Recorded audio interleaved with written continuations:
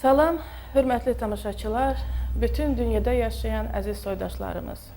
Azərbaycanın musiqi mədəniyyəti tarixi proqramında hamınızı xoş gördük. Mən Səadət Qarabağlı, həmişə olduğu kimi yenə də böyük sevgi və sayğı ilə sizin görüşünüzə gəlmişəm. Möhtərəm tamaşaçılar, bizim bugünkü proqramımız 20-ci əsrin ən böyük faciəsi olan Xocalı soyqırımına həsr olunub. 1992-ci il fevral ayının 25-dən 26-sına keçən gecə xalqımız böyük bir vəhşətlə rastlaşdı. Erməni və Rus birləşmələri Xocalı şəhərini yerlə yeksan elədilər. Yüzlərlə soydaşımız, qocalar, cavanlar, uşaqlar, qadınlar həmin bu Erməni-Rus birləşmələri tərəfindən qətlə yetirildilər. Minlərlə soydaşımız düşmənə əsir düşdü və bugün də onlar əsirlikdədirlər. Onlar xalqımızın igid oğullarının yollarını gözləyirlər. Torpaqlarımızı azad etsinlər və onlar dədə-baba yurtlarına qayıtsınlar. O günü onlar həsrətlə gözləyirlər. Əziz tamaşaçılar, 20-ci əsrin bu böyük vəhşətini bizim sənət adamları da öz yaradıcılarında geniş göstəriblər, geniş vəsf ediblər. Həm yazıçılarımız, şairlərimiz, rəssamlarımız, bəstəkarlarımız bu dəhşətli faciəyə çoxlu əsərlər həsr ediblər. Həmin o insanlardan biri də bugün bizim proqramımızın qonağıdır. Xalqımızın sevimli bəstəkarı, pedaqoji elmlər doktoru, professor, Azərbaycanın xalq artisti Oqtay Rəcəbov bizim verilişin bugünkü qonağıdır. Oqtay müəllim, proqramımıza xoş gəlmisiniz. Çox sağ olun. Oqtay müəllim, mən dediyim kimi, yəni qeyd etdiyim kimi, bu 20-ci əsrin ən böyük faciələrindən biri məhz Xocalı soyqırımıdır. Xocalı genosididir. Və bütün dünyada bunu əlbəttə ki, çox geniş surətdə təbliğ eləmək, bütün dünyaya çatdırmaq lazımdır. Və bu barədə, yəni siz bəstəkarların da üzərinə çox böyük bir məsuliyyət düşür. Evet. Mən bilirəm ki, siz bu faciəyə əsərlər həsr eləmişsiniz. Xüsusilə sizin yaradıcılığınızda Qarabağ hadisələrinə həsr olunmuş əsərlər çoxdur və o cümlədən də yəni Xocalı soyqırımına əsər eləmişsiniz. Bu əsər Xocalı Avazları oratoriyasıdır. Evet. Və bu əsər yəni 6 hissədən ibarətdir. Keçən il iyun ayında keçirilən Azərbaycan bəstəkarlarının 8-ci qurultayında sizin Xocalı Avazları oratoriyanız çox böyük müvəffəqiyyətlə səsləndi. Və mən istəyirəm ki, siz bizim hörmətli tamaşaçılarımıza, dünya Azərbaycanlılarına bax bu əsəriniz haqqında danışansınız. Ümumiyyətlə, hansı hisslər sizi vadar etdi ki, belə bir böyük, gözəl bir əsər yazasınız? Bilirsiniz, Xocalı bizim Azərbaycanın böyük bir dərdidir. Bizim xalqımızın böyük bir dərdidir. Və bu dərdi hər bir sənətkar, istər şair olsun, istər bəstəkar olsun, istərsiz bayaq dediniz, rəssamlarımız olsun, heykəltaraşlar olsun, öz əsərlərində əks etdirirlər və yazırlar bu haqda. Ona görə ki, bu elə bir dərddir ki, elə bir soyqırımdır ki, dünyada bunun analogu yoxdur, olmayıb. Yəni, erməni, mən onları faşist adlandıra bilərəm, erməni faşistləri Rusların köməyi ilə bir yerdə ümumiyyətlə bizim Qarabağın başına oyun açıblar və xüsusilə də Xocalı soyqırımı, yenə də deyirəm ki, analogu olmayan bir dəhşətli faciədir və hadisədir. Mən istərdim bu əsərin yaranması tarixi ilə, çünki hər bir əsərin özünün yaranma tarixi olur. Bəli, əlbəttə. Əsər müəyyən bir şəraitdə yaranır və formalaşır uzun müddətdə yaradıcılıq prosesində və sonradan o elə bil ki, bir uşaq anadan gəlir və o əsər də bəstəkar həmin əsəri yaradır və dinləyicilərin, xalqın, deməli, ictimaiyyətin ictimaiyyətə Diqqətinə verir ki, çatdırır, diqqətini cəlb edir ki, baxın, bax belə bir əsər yaranmışdır. Ümumiyyətlə, Xocalı hadisələri o vaxt mən Çingiz Mustafayevin çəkdiyi deməli, təsvirlərdə, tele təsvirlərdə görmüşəm və mənə çox pis təsir edirdi. Bu olub hadisə, dedim sizə, deməli, mənim bu əsərə münasibətimlə əlaqədar həmişə mən axtarırdım ki, Allah, mən bu Xocalıya nə həsr edeyim? Çünki Xocalı böyük dərdimizdir. Bunu əgər mən də işləməsəm, bəstəkarlarımız da digərlər, çünki bu çox ağır bir zəhmətdir. Mən bir gün tele ekranda, mən hansı kanalda isə bizim xalq şairimiz Zəlimxan Yaqubu gördüm və o bu kitabı göstərdi orada. Bax, gördüyünüz bu kitab göstərildi. Deməli, adlanır O Qızın Göz Yaşları. O, həmən Xocalı hadisələrindən sağ qalmış bir qızın başına gələn hadisələrdir və o qız bütün ailə üzvlərini itirib və tək qalıb. Hamısını erməni faşistləri məhv ediblər. Süngüdən keçirdiblər, gülləliyiblər, başlarını kəsiblər və cürbəcür işgəncələr veriblər. Və o qız başına, ailəsinin başına, anasının, atasının, qardaşların başına gələn işlərin hamısını göz yaşları ilə sağ qaldığı üçün danışırmış hər yerdə və Zəlimxan Yaqub bu hekayəti belə bir şeir formasında, poema formasında yazıb və ərsəyə çatdırıb. Mən bunu dinlədim televiziyada. Mənə çox təsir elədi. Elə bir köhnə dərdim təzədən ortaya çıxdı. Bu 2006-cı ilin yanvar yoxsa fevral ayının əvvəlləri idi belə. Zəng elədim Zəlimxan Yaquba. Biz ancaq qiyabi tanışıydıq onunla. Belə birbaşa əlaqələrimiz olmayıb, yaradıcılıq əlaqəsi olmayıb mənim onunla.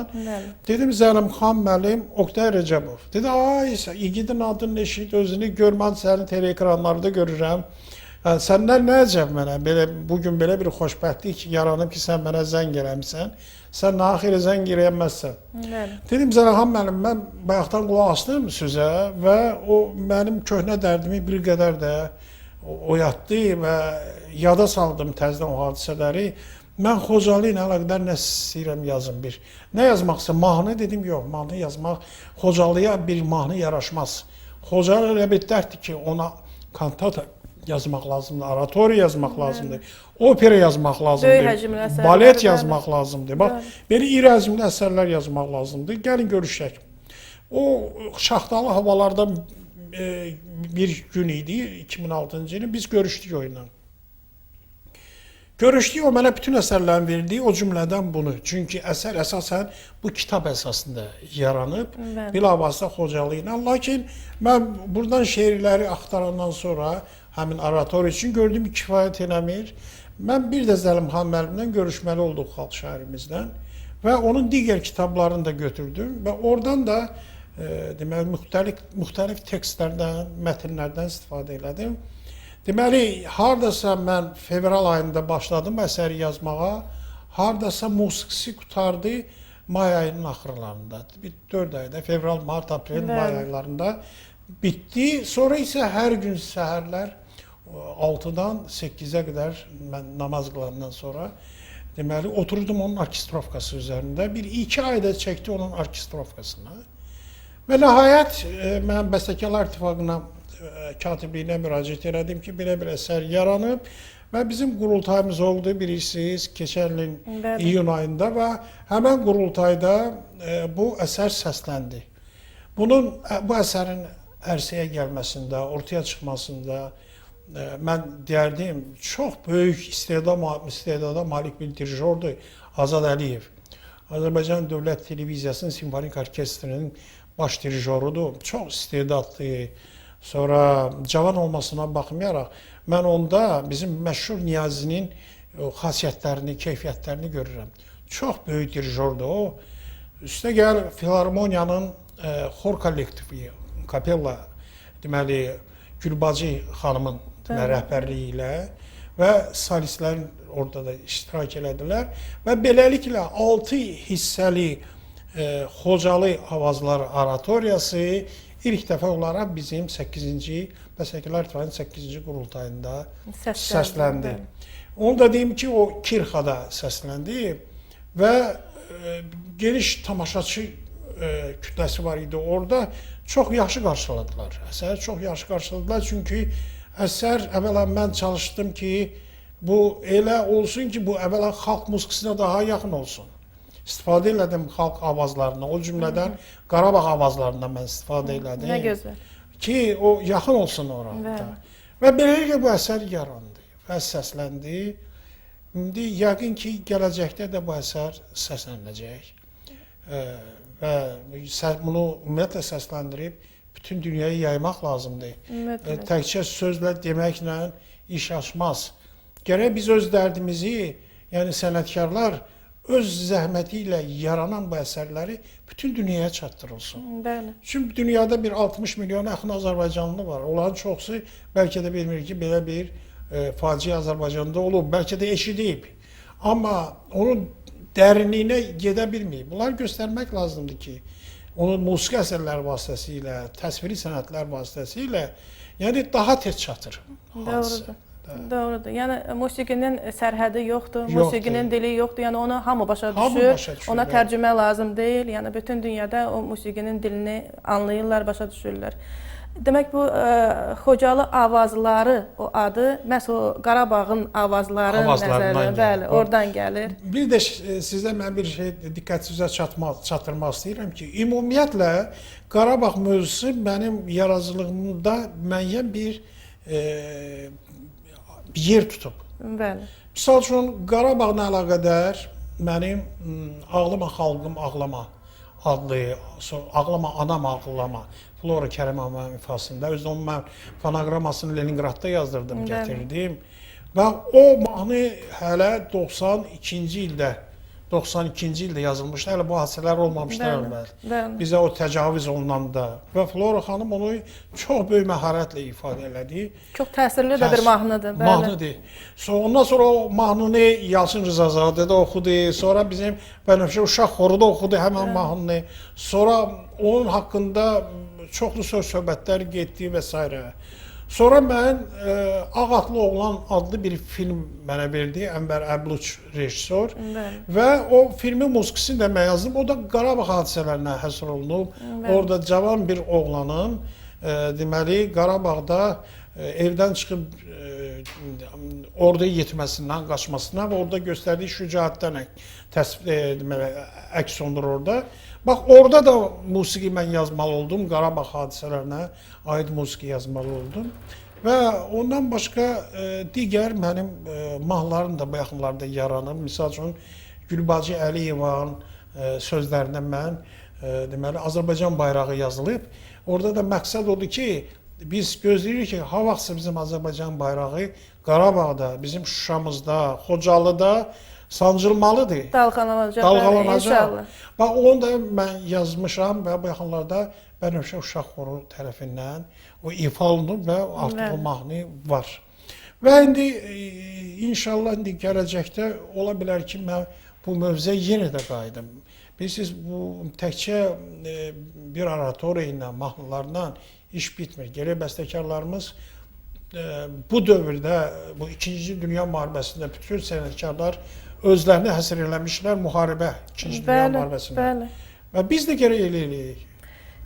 Doğrudur. Yəni böyük əsərlər, böyük həcmli əsərlər də həsr olunmalıdır. Kiçik, yəni mahnı janrında olan əsərlər də həsr olunmalıdır. Və bugün mən sizə deyim ki, yəni bizim bəstəkarlarımız bu sahədə ciddi çalışırlar. Yəni orqan üçün əsərlər də yazırlar, simfoniyalar da var. Hətta sizin özünüzün də 5-ci simfoniyanız Qarabağa həsr olunub. Yəni həm simfoniyalar, həm kamera əsərləri, həm demək orqan üçün əsərlər, mahnılar, yəni geniş surətdə bizim bəstəkarlarımız bu Qarabağ hadisələrinə, Xocalı hadisələrinə əsərlər həsr edirlər. Və bugün bu çox vacibdir. Bugün çox vacibdir bunları. Mən bir şey də deyim, o Gülbacı xanımın, mən nəzər tuturam, kapellanın baş dirigenti. Bəli, Azərbaycan Dövlət Kapellasının. Və həm də bədii rəhbəridir. O ifa elədi təxminən 2 il bundan əvvəl Segah muğamını. Mən onu kapella üçün işləmişdim və Qarabağa yenə də o həsr olunmuşdu. Onlar böyük müvəffəqiyyətlə ifa elədilər. O da 7 hissədən ibarətdir. Yəni Segahın həm bəmi var, həm zili var. Orada İraq şöbəsi var ki, o hardakı müharibəni göstərir. O hardakı dəhşətləri göstərir və o elə bir əsər də var və onları artıq ifa olunub. Özdə bir dəfə yox, bir neçə dəfə ifa olunub həmən əsər. Təxminən bir 20 dəqiqəlik bir əsərdir. Segah muğamı. Çünki Qarabağ muğamın beşiyidir. Ümumiyyətlə deyilir ki, Qarabağ Azərbaycanın konservatoriyasıdır və oradan görkəmli musiqiçilər yetişib, bəstəkarlar yetişib, xanəndələr yetişib, sonra müğənnilər yetişib. Yəni bu torpaq belə bir torpaqdır və bu torpağın bugün ermənilərin tapdağı altında qalması, inandırıram, bizim üçün bağışlanmaz bir hadisədir və biz ha vaxtsa yox, tezliklə onu qaytarmalıyıq. İnşallah. Kimi öz əsərləri ilə qaytarmalıdır, kimi əlində silah tutub qaytarmalıdır. Əgər mənə də imkan versəydilər, mən böyük məmnuniyyətlə silahla gedərdim və orada əsərlərimlə bərabər həm də silah gücü ilə nəsə bir xalqıma xidmət eləməyə həmişə hazıram. İnşallah ki, sizin elə əsərləriniz, yəni o torpaqlarımızın qayıtmasında bizim xalqımıza yaxından kömək eləyəcək. Siz Qarabağdan danışdınız, Qarabağ torpağından danışdınız və Qarabağ torpağının yetirməsi olan bizim Azərbaycan professional musiqisinin banisi, bizim bəstəkarlıq məktəbinin nömrəsini qoyan Üzeyir bəy Hacıbəyev 1919-cu ildə Azərbaycan qəzetində 1918-ci il mart hadisələri haqqında belə yazırdı ki, bizim bugünkü vəzifəmiz o qara günləri yaddan çıxarmamaq və həmişə, hər an hazır olmaqdır. Elə hazırlıq ki, bir də belə hadisələr baş versə, onun müdafiəsinə qadir olaq. Amma əfsuslar olsun ki, Üzeyir bəyin peyğəmbərcəsinə dediyi bu sözlər, bu vəsiyyətlər uzun illər bağlı qapılar arasında qaldı. Azərbaycan qəzetində çıxan məqalələri bizim xalqımız oxumaq iqtidarında olmadı. Onları gizli saxladılar. Və şükürlər olsun ki, Azərbaycan müstəqillik əldə eləyəndən sonra bu arxivlər də açıldı. Üzeyir bəyin həmin o məqalələri üzə çıxdı və Üzeyir bəy dediyi kimi, həmişə hazır olmaqdır. Biz ümumiyyətlə elə xalq ki, pisliyi çox tez unuduruq. Çox tez unuduruq, amma tarix unudulduqca təkrar olunur. Bir şey deyim Səadət xanım, bu əgər Xocalı hadisələri bu yaxınlarda olan hadisədirsə, faciədirsə, Azərbaycan belə faciələri çox görür. Bax, bu yaxınlarda yəqin siz görmüsünüz, Qubada arxeoloji qazıntılar içərisində bir daha tapıblar ki, sən demə, keçən əsrin əvvəllərində də soyqırım olub orada. Bəli, minlərlə adamları, bəli, minlərlə adamları öldürüblər, quyulara bastırıblar, torpaq altına atıblar. Şamaxıda olub, belə bir soyqırım olub. Digər bizim Azərbaycanın bölgələrində olub. Siz bayaq çox yaxşı dediniz. Biz həmişə o qədər böyük humanist xalqıq ki, bu pisliyi tez unuduruq. Bugün Azərbaycanda, misal üçün Ermənistanda bir nəfər də olsun Azərbaycanlı olmadığı halda, bugün bizim təkcə Bakı şəhərində 30 min erməni mənşəli xanımlar yaşayır. Görün, biz heç onların birinin başından tük əksik olmasına arzulayırıq mı? Yox, əksinə. Həmişə onlara da hörmət edirik. Yəni bu xalq böyük tarixə malik olan Azərbaycan xalqı həmişə humanist olub. Və pislikləri çox tez yaddan çıxardırıq. İndi amma bu yaddan çıxartma məsələsi də bizim xalqımızın başına həmişə fəlakətlər gətirib. Doğrudur. Doğrudur. Yəni onları yaddan çıxartmamaq lazımdır. Yəni o yeni dünyaya gələn uşaqlarımıza da, gənc nəslimizə də bunları aşılamaq lazımdır. O faciələri dönə-dönə aşılamaq lazımdır. Onlara başa salmaq lazımdır ki, bu Azərbaycan xalqının başına gələn hadisələr olub və onlar möhkəm dayanmalıdırlar və öz tarixlərini dərindən bilməlidirlər ki, belə hadisələr təkrar olunmasın. Olmasın. Və tarix, bayaq da dediyim kimi, unutduqca tariximizi, tarix təkrar olunur. Ona görə təkrar olunmasın deyə, bunları çox dərindən bilmək lazımdır tariximizi. Səadət xanım, elə bu unudulmaq məsələsidir ki, ermənilər təkcə bizim xalqımıza təcavüz eləməyiblər, bizim mədəniyyətimizə də təcavüz eləyiblər. Bax, bizim Sarı Gəlin mahnısı, bu yaxınlarda Eurovision'ya bizim Qaragilə adlı xalq mahnısından istifadə edib, onlar bir müğənni göstərməlidirlər Eurovision'da. Sonra ondan başqa o vaxt təxminən mən Moskvada olanda gördüm bir disk buraxıblar, kaset buraxıblar daha doğrusu.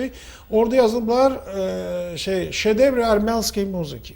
Və orada mən rast gəldim, vaxtilə Vaqif Mustafazadənin mənim 2 dənə mahnıma rast gəldim. Onlar götürüblər Vaqif Mustafazadəndən həmən melodiyaları və özləri bilən tərzdə aranjman eləyiblər, sonra kasetə salıblar və kasetdə bütün o boyda Moskvada satırdılar. Mən sonra axtardım və hətta onun arxasınca da getdim ki, gördüm və o firma hardakı yazılıb. Dedilər ki, bu firma yoxdur. Deməli, sən demək olar, orada da alladırlarmış və bizim incəsənət əsərlərini, bizim xalq musiqimizi, hətta muğamlarımızı mənim bu yaxınlarda əlimə bir dissertasiya düşdü. Armyanski rus dilindədir, həmən deməli, erməni zərb muğamları. Erməni nə vaxt zərb muğamları olub baxdı. Ümumiyyətlə bunlar istəyirlər ki, muğamları da, bizim muğamlarımızı da özəlləşdirsinlər. Bəli, amma mümkün olan şey deyil, əlbəttə muğamlarımız bizim mənəvi dəyərlərimizdir və muğamlara indi çox böyük diqqət var. Bəli, bizim Heydər Əliyev fondu tərəfindən, Heydər Əliyev fondunun prezidenti Mehriban xanım Əliyeva tərəfindən yəni çox böyük diqqət var. Və o cümlədən də yəni bu Xocalı hadisələrinə həmin o fond tərəfindən, Heydər Əliyev fondu tərəfindən çox böyük diqqət var və onlar çox böyük fəaliyyət yəni göstərirlər. Şəxsən Mehriban xanım Əliyevanın rəhbərliyi altında onun təşəbbüsü ilə yəni geniş işlər görülür. Dünyada, bütün dünyada yəni həmin bu faciə xalqlara çatdırılır. Xarici ölkələrdə geniş yayılır vizual görüntülərlə, yəni bütün o foto sərgilərlə bu faciə öz əksini tapır. Əlbəttə, yəni belə bir faciəyə hamımız, yəni bizim hamımızın mənəvi borcumuzdur ki, bu faciəni hərəmiz öz sahəmizdə geniş işıqlandıraq, geniş təbliğ eləyək və bütün dünya xalqlarına çatdıraq ki, Azərbaycan xalqının başına belə bir müsibətlər gəlib. Əlbəttə ki, təbiidir ki, yəni belə bir yerdə musiqinin çox böyük rolu var. Çox böyük. Sadat xanım, mən bir şeydi, faktı da deyim. İndi yadımdadır. Deməli, 91-ci ildə hələ Azərbaycan Rusiyanın tərkibində idi. Mən doktorluq işim, namizədli işim Moskva ilə əlaqədar idi. Yəni gedim gəldim. Orada pedaqoji universitet var, Lenin adlı pedaqoji universitet və orada pedaqogika kafedrasında mənim doktorluq işim müzakirə olunurdu. Orada deməli həmən o Sovetin 30-a yaxın üzvü var idi, ondan 7-si erməni idi. Mən orada bir təxminən bir yarım saat mən çıxış elədim və orada göstərdim, Azərbaycan xalq mahnılarında göstərdim. Üstə gəl, digər bəstəkarların Azərbaycan xalq mahnılarından necə istifadə edilməsi, misal üçün Glinkanın Qalanın dibində bir quş olaydım, mən müqayisə elədim. Və nəhayət gəldim Xaçaturyanın Qılıncla rəqs əsərinə, orada birisi ki, ortada bizdə Gülgəzi rəqsindən istifadə olunur. Xaçaturyan həmişə deyir ki, Qafqaz musiqisindən istifadə, amma demir Azərbaycan musiqisindən. O Gülgəzi musiqisindən necə istifadə edilib, ona Gülgəzini verdim, sonra Xaçaturyanın həmin əsərini göstərdim. Sonra Arno Babacanyanın Varşapakski tanets var, rəqs var, eləmi? Onu göstərdim, Üzeyir Hacıbeyevin deyirlər ki, toy olacaq. Həmən ikisini də müqayisə elədim. O ermənilər ki, orada oturmuş alimlər, elmlər doktoru, professorlar idi. Əvvəla bir təxminən 2 saata yaxın məni elə bir ki, divara dirirdilər. Gördülər, yox, bacarmırlar. Çünki mənim elmi rəhbərim mənə dahi Dimitri Barış Kabalevski idi. Kabalevski idi, akademik. Və o da mən deyirdi, neysə.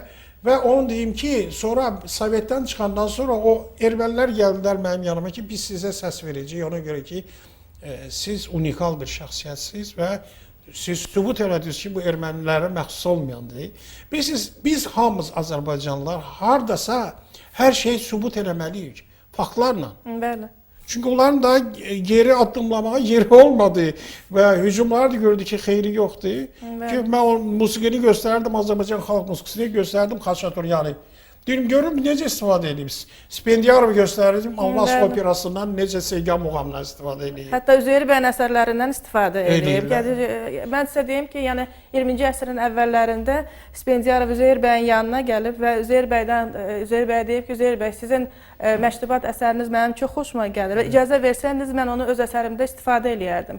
Üzeyir bəy də geniş ürəkli Azərbaycan türkü və deyib ki, qurbandır, istifadə eləyin. Amma çox təəssüflər olsun ki, yəni o Üzeyir bəydən icazə alıb, yəni öz əsərində həmin əsərdən istifadə eləyib, Üzeyir bəy musiqisindən istifadə eləyib, amma sonradan onu ermənilər öz adlarına çıxıblar.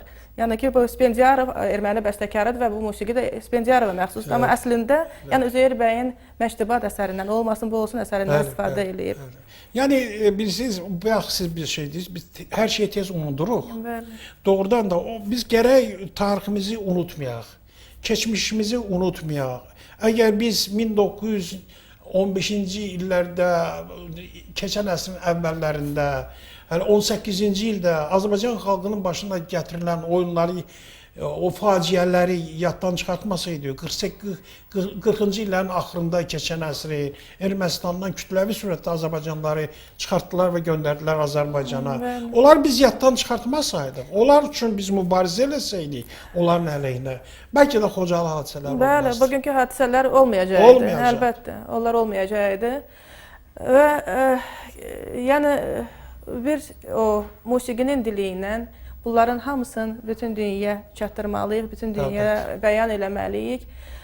Bilirsiniz, yəni ermənilər uşaqlarına lap körpəlikdən beyinlərinə, qulaqlarına oxuyurlar ki, türklər sizin düşmənlərinizdir. Amma bizdə bu xasiyyət yoxdur. Biz həmişə beynəlmiləçi olmuşuq, bütün xalqları sevmişik, bütün millətlərə böyük hörmət bəsləmişik. Amma hadisələr göstərir ki, əslində bu düzgün yol deyilmiş.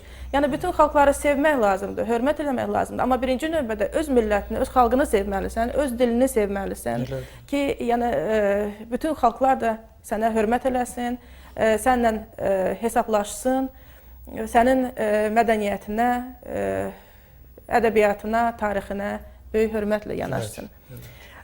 O cümlədən də yəni bizim bu musiqimiz, musiqi xadimlərimiz, bəstəkarlarımız yəni əlindən gələni eləyirlər bugün və siz bizim hörmətli bəstəkarımız Oqtay Rəcəbov, yəni bu sahədə çox böyük işlər görürsünüz. Sizin yəni yaradıcılığınızla xalqımız çox yaxşı tanışdır. Gözəl əsərləriniz, gözəl musiqili komediyalarınız, mahnılarınız yəni bizim ictimaiyyətə çox yaxşı bəllidir.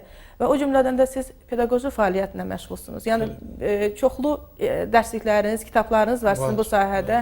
Və hələ Sovet dövründən bilirəm ki, yəni Şostakoviçlə bərabər siz çalışmışsınız, siz işləmişsiniz, dərsliklər çap eləmişsiniz, tərcümələr eləmişsiniz. Yəni bu sahədə çox böyük işiniz var. Yəni bunu heç vaxt unutmaq mümkün deyil. Yəni sizin bu sahədə gördüyünüz işlər əvəz olunmaz işlərdir. Və pedaqoji fəaliyyətinizdə sizin musiqi kadrlarının yetişdirilməsində də çox böyük xidmətləriniz olub.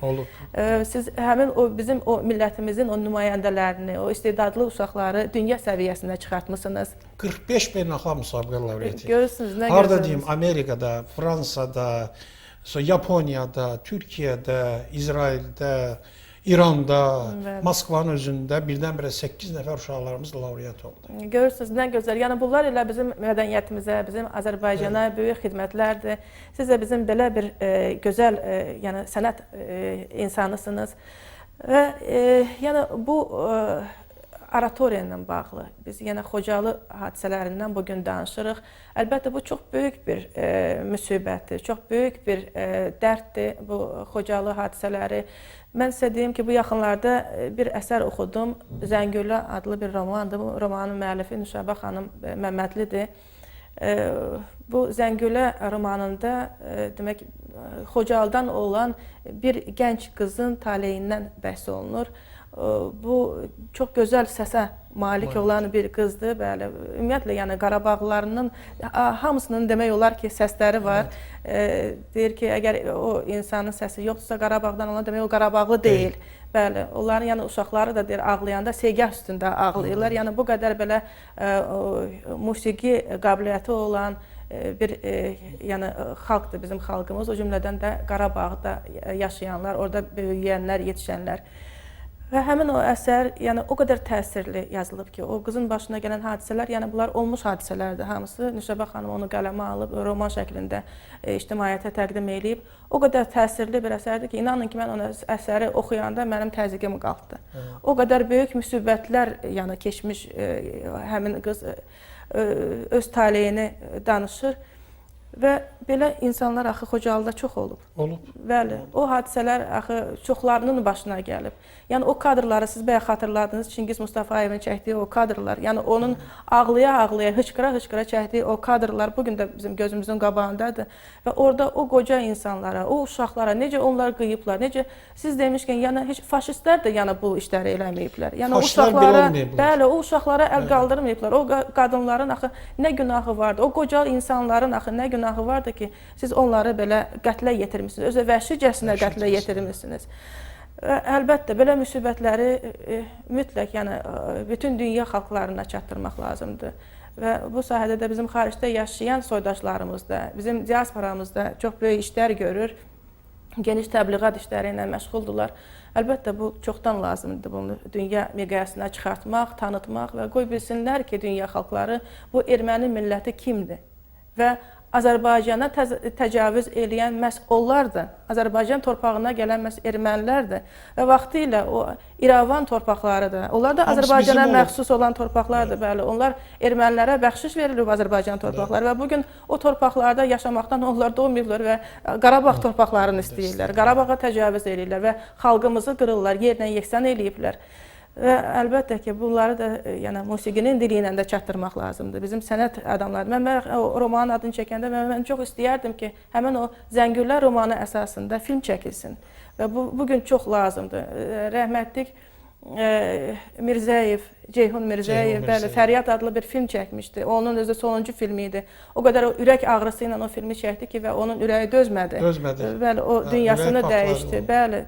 Yəni bu hadisələr çox dəhşətli bir hadisələrdir. Əlbəttə onları belə ürəkdən yaşamaq, qəlbdən yaşamaq olduqca çətin bir işdir.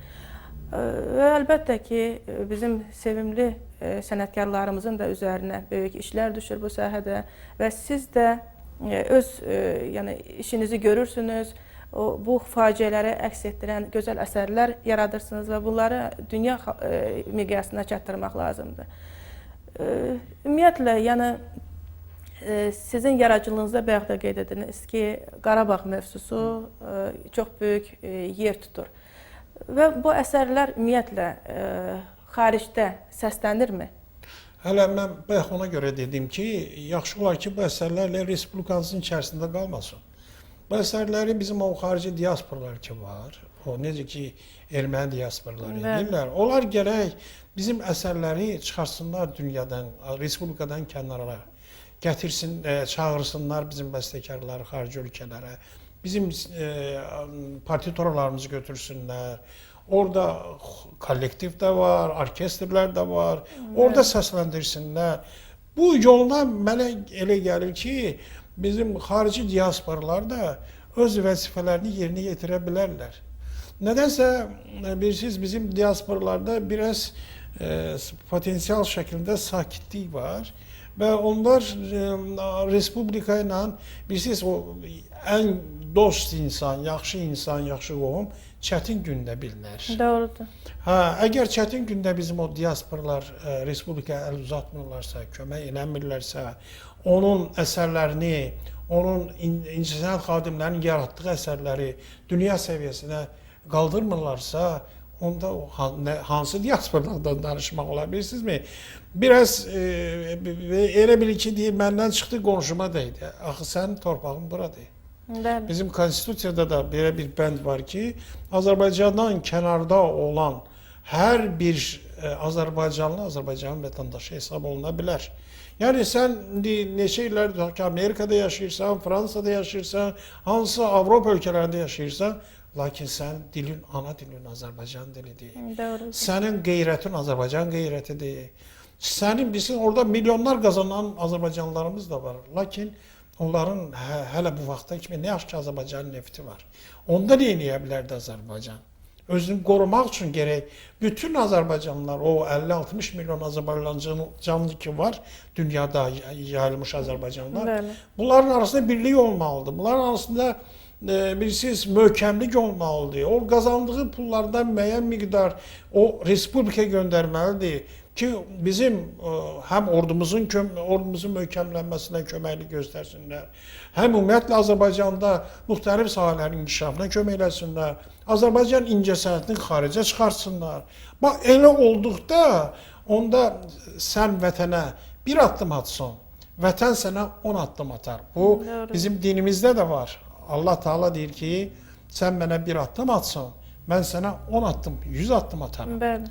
Yəni, bu mənada da mən, misal biraz diasporalarımızdan gileylənirəm və deyir ki, uman yerdən küsərlər. Doğru. Ona görə gileylənir ki, siz Azərbaycan xalqının övladısınız, baxmayaraq ki, Amerikada yaşayırsınız. Baxmayaraq ki, nə bilim, dünyanın ən gözəl nemətləri sizinlər bizdədir, onlardan istifadə edirsiniz. Lakin sizin kökünüz Azərbaycandır, sizin kökünüz Qarabağdır, sizin kökünüz o ahalisi öldürülmüş Xocalıdır, sizin kökünüz Qubada məhv edilmiş o insanlardır. Bəli, qətlə yetirilmiş o O insanlardır. insanlardır, axı bu kökdür. Siz onu necə yaddan çıxarda bilərsiniz? Siz xalqı yaddan çıxarsanız, onda Allah da sizi yaddan çıxardar. İnşallah ki, yaddan çıxartmazlar. Mən çox arzu eləyirəm ki, bax elə bugün məsələn sizinlə söhbət eləyirik, sizinlə həm söhbətik. Mən çox arzu eləyirəm ki, bizim yəni bəstəkarlarımızın əsərləri, sizin əsərləriniz nəşr olunsun. Bəli. Və bütün dünyaya yayılsın.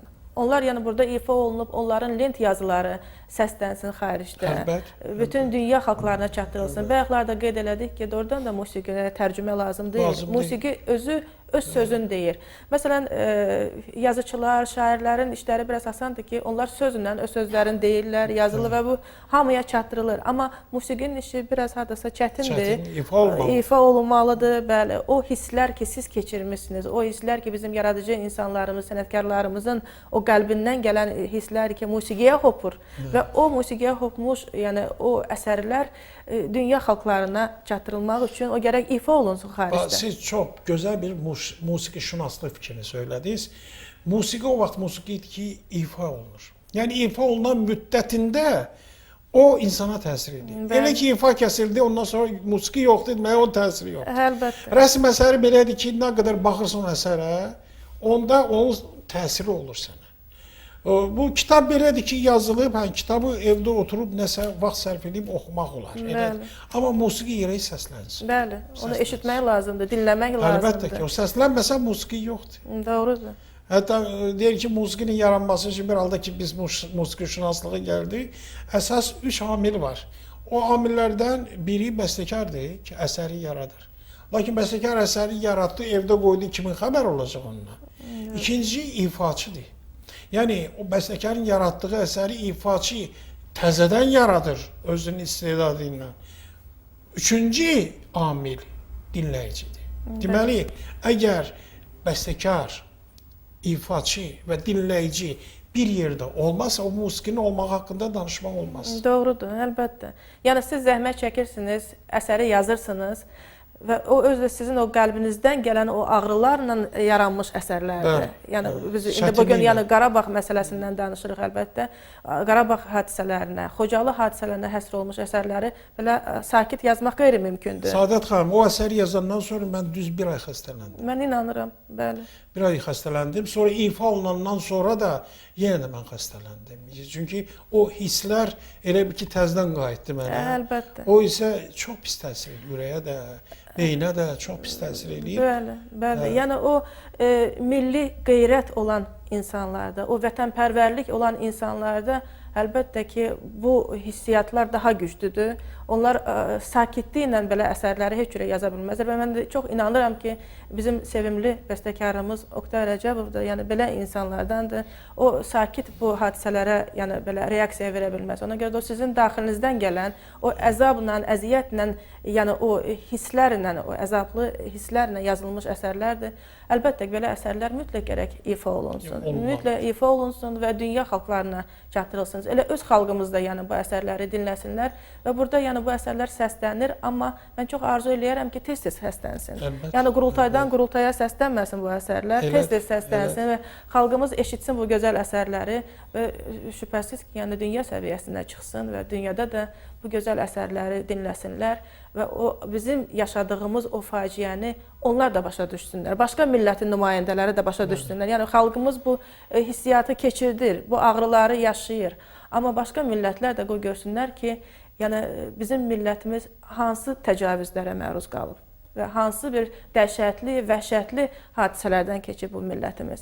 Və inanıram ki, yəni o sizin musiqilərinizdə, yəni başqa bəstəkarlarımızın da yazdığı əsərlər dünya səviyyəsinə çıxacaq və bu məsələlərdə əlbəttə ki, bizim dünyada yaşayan soydaşlarımız, diasporamız yaxından köməklik eləyəcəklər, imkanlı insanlar kömək eləyəcəklər ki, yəni sizin kimi gözəl bəstəkarlarımız xaricə getsinlər, dünya səviyyəsinə çıxsınlar və onların əsərləri bütün dünyada səslənsin. Sizə deyim, bizim Azərbaycan bəstəkarları əvvəla bizim Üzeyir Hacıyevdən başlayan bəstəkarlıq məktəbi, çox qüvvətli bir bəstəkarlıq məktəbi var Azərbaycanda. Heç də o Amerika bəstəkarlarından, heç də Fransada olan bəstəkarlardan, ya Moskvada olan bəstəkarlardan geri qalan deyil. Əlbəttə. Yəni bu kökü olan, əsası olan bir bəstəkarlıq məktəbidir. Hətta deyim sizə, o Moskvada Üzeyir Hacıyevin Koroğlu operası ifa olunandan sonra Pravda qəzetində bilirsiniz ki, Pravda Rusiyanın ən hörmətli qəzetdir də, bir nömrəli qəzet. Bəli. Deməli, bir dənə şəkil çəkmişdilər. Bir arabadır. Bütün Rus bəstəkarları hamısı arabanın içərisində oturub. Üzeyir Hacıyev isə qabaqda at kimi bütün bu Rus bəstəkarlıq məktəbini öz arxasınca aparır, dartır. Bu Repinin əsəri əsasında çəkilmiş, Aleksis tərəfindən çəkilmiş bir dostluq şarjıdır. Bu, belə sizin dediyiniz kimi, bütün Sovet bəstəkarları Üzeyir bəyin arxasında gedir. Üzeyir bəy də qarşıda, əlində saz, əlində milli geyim olan Üzeyir bəy, onları öz arxasınca aparır. Necə Üzeyir Hacıyev? Üzeyir Hacıyev bilirsiniz ki, bu Ruslar ona Samorotuk deyirlər, Azərbaycanca külçə deyirlər, qızıl külçədir. Üzeyir Hacıbəyov heç də tam ali təhsil görməyib. Cəmi bir il Leningradda oxuyub, Leningrad konservatoriyasında oxuyub və bu bir ilə, əgər bu 5 il oxusaydı, bu dahidir, böyük şəxsiyyətdir. Bu özü öyrənməklə, özü yazmaqla dünya səviyyəsinə çıxan bir fitri istedad və bir də zəhmət, əlbəttə. Və mən sizə deyim ki, Moskva konservatoriyasında Üzeyir bəy oxuyarkən, Moskva konservatoriyasında təhsil alıb Üzeyir bəy 11-12-ci illərdə orada, sonra da 13-cü ildə Peterburq konservatoriyasına və orada oxuyarkən Peterburq konservatoriyasının rektoru Glazunov və Üzeyir bəyin Arşın Malalan operettasını eşidib və o Arşın Malalan operettasını bütün dünya Rusiyada ilk operetta adlandırıb. Təsəvvür edirsiniz? Yəni o vaxta kimi hətta Rusiyanın özündə də operetta janrı yox idi. Və Üzeyir bəyin bu Arşın Malalan operettasını ilk Rus operettası adlandırıb. O qədər yəni böyük bir önəm, böyük bir qiymət verib Üzeyir bəyin əsərlərinə. Yəqin də bilirsiniz ki, onu Amerikada bir erməni rejissoru filmə çəkmək, hətta çəkib də və ondan sonra bizim o dövrdə olan Respublikanın böyükləri bəlkə də onu müsbət hal kimi qeyd etmək lazımdır. Onu Sovet dövlətin başçısı Stalinə çatdırandan sonra ki, bəs Arşın Malalan bizim Azərbaycan bəstəkarının əsəridir, lakin Amerikada film çəkiblər erməni bəstəkarı. Və Stalin göstəriş verib, hətta müharibə çətin illərində Arşın Malalanı çəkdilər və bütün dünyaya yaydılar ki, bu Azərbaycan bəstəkarının tamamilə doğrudur. Tamamilə doğrudur. Bəli, bu 42-ci ildə həmin o Amerikada Mamulyan tərəfindən çəkilmiş o film İranda göstərilib. Demək, orada kinoteatrlarda bizim Azərbaycandan ora getmiş mədəniyyət xadimlərimiz onu görüblər və orada görürlər ki, titrlərdə heç yerdə Üzeyir bəyin adı göstərilməyib, amma musiqi də, sujet də Üzeyir bəyindir və onlar Bakıya gələn kimi bunu Üzeyir bəyə xəbər veriblər. Üzeyir bəy də birinci növbədə Mircəfər Bağırova bunu çatdırıb, o var ki, Azərbaycanın rəhbəri. Mircəfər Bağırov da ona Üzeyir bəyə deyib ki, Üzeyir bəy, mənim bu məsələni həll etmə iqtidarım yoxdur. Bunu ancaq SSR dövləti həll eləməlidir. Siz o rəhbərlərə, SSR rəhbərliyinə müraciət eləyin və o vaxt Molotov, SSR Xarici İşlər Naziri olub Molotov və Üzeyir bəy Molotova müraciət edib məktubundan. Molotov da bu barədə Stalinə müraciət edib, yəni məruzə edib o barədə ki, Üzeyir bəyin əsərini belə ermənilər oğurlayıblar, film çəkiblər və onu hər yerdə, bütün dünyada göstərirlər. Stalin də deyir ki, biz demək müəllif hüquqlarının müdafiəsinin beynəlxalq konvensiyasına daxil olmadığımıza görə biz Üzeyir bəyin hüquqlarını birbaşa müdafiə eləmək iqtidarında deyilik. Ancaq bir yol var. Təcili olaraq Bakı studiyasında Arşın Malınan filmi çəkilsin və bütün dünya ekranlarında bu göstərilsin. Necə gözəl film çəkdilər. Düzdür, ondan sonra da Arşın Malınan çəkildi.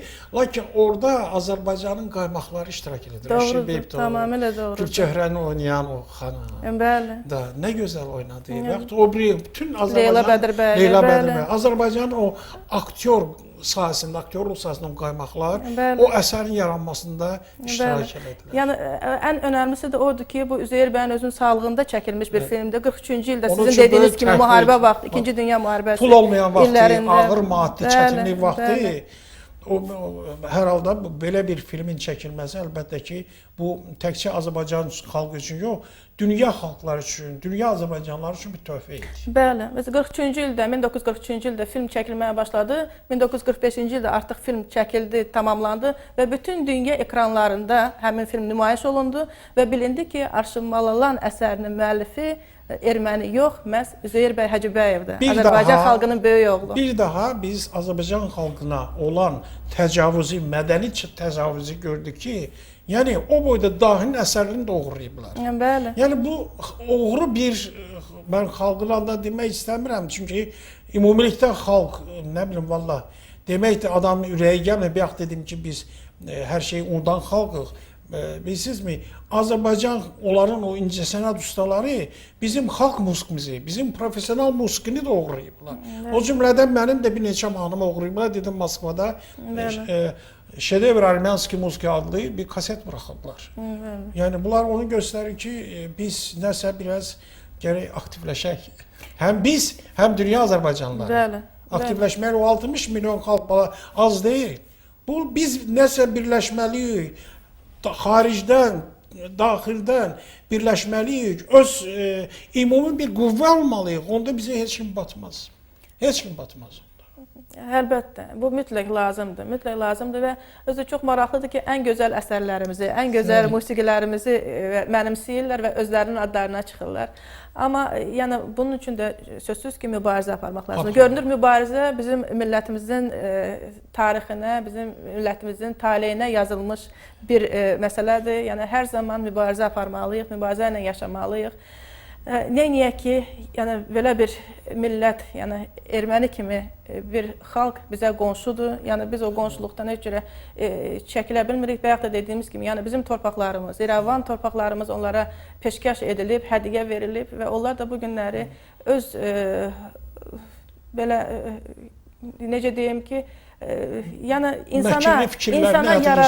insana yaraşmayan, yəni humanist olmayan bir işlə məşğuldurlar, yəni oğurluqla məşğuldurlar, təcavüzlə məşğuldurlar.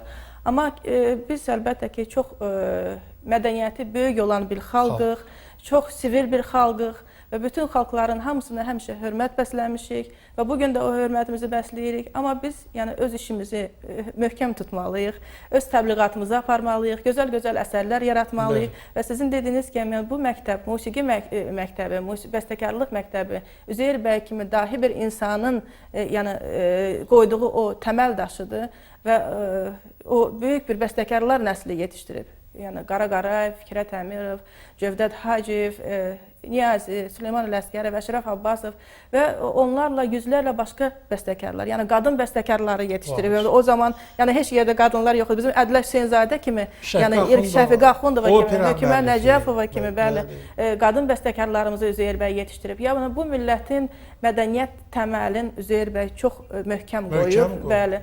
Və bu məktəbi əlbəttə davam elədən insanlarımız da var. Sizin kimi bizim çox sevilən, gözəl bəstəkarlarımız var ki, bu məktəbi böyük qürurla, böyük uğurla siz o məktəbin davamçılarısınız, o ənənələri davam elətdirirsiniz.